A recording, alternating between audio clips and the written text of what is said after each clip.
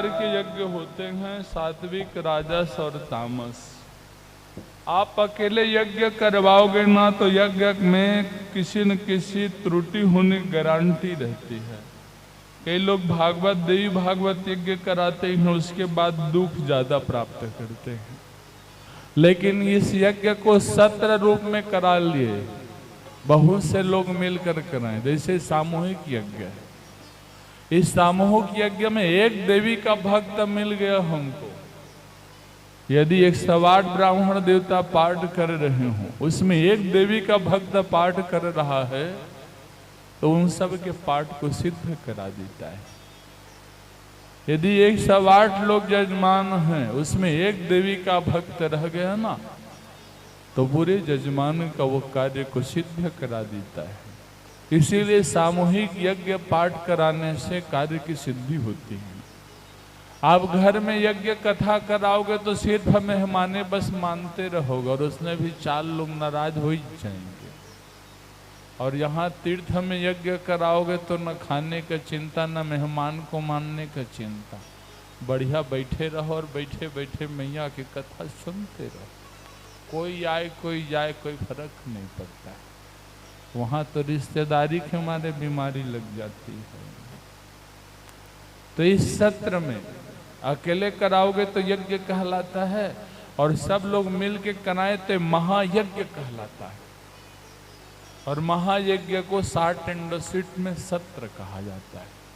तो ये सत्र है, और इसमें त्रुटि होने का भय नहीं रहता है।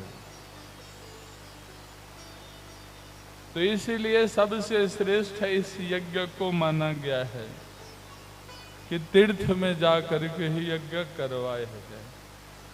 कोई भी तीर्थ पर जावे तो एक रात वहां रुकना ही चाहिए, बिना रुके काम नहीं बनता है।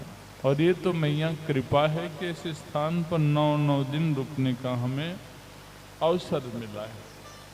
अरे कोई पूजा करो या मत करो, आप इसमें कुमारी पूजन कर दोगे ना तो मेरी मैया प्रसन्न हो जाती हैं। देवी यज्ञ में या तो सको तो रोज 9 कुमारी कन्या पूजा 9 दिन तक कराओ, और यदि ऐसा नहीं कर सकते तो पहले दिन में 1, दूसरे दिन में 2, ऐसे करते 9वें दिन में 9 कन्या पूजा कराओ। यह भी नहीं कर सकते तो सप्तमी, अष्टमी, नवमी 3 तिथि में 9 कन्या पूजा करावें। और यह भी नहीं कर सकते, तीनों तिथि में से एक तिथि में 9 कुमारी कन्या का पूजन करा लेना चाहिए।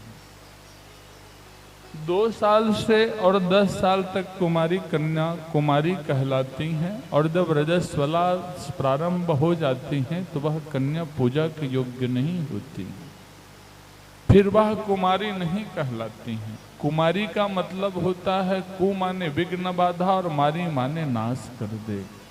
जो विघ्न बाधा को नाश कर दे उसे कुमारी कहा जाता है। इसीलिए पहले छोटे छोटे बच्चे रहते थे ना, तो अपने माँ या अपने बाप के साथ बैठकर खाना खाते थे। और जिसकी 10 साल से छोटी बच्ची है और बाप उसके साथ खाना खा रहा है एक दूसरे की जूठा का, क्या मजाल यमराज का कि उसको कोई बीमारी हो जाए और कोई अकाल मृत्यु में मर जाए। तो आजकल बाप बेटी जूठा न खाते हैं न खिलाते हैं। कितना बढ़िया सनातन संस्कृति था।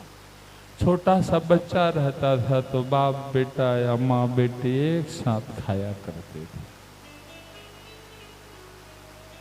यदि 9 दिन के लिए कुमारी देवी बन सकती हैं तो जीवन भर के लिए देवी रहेंगी ना। तो जिनके घर में बेटियां हैं वो तो सौभाग्यशाली है ही, क्योंकि आदि शक्ति जगदम्बा कुमारी बनकर प्रकट होने हैं।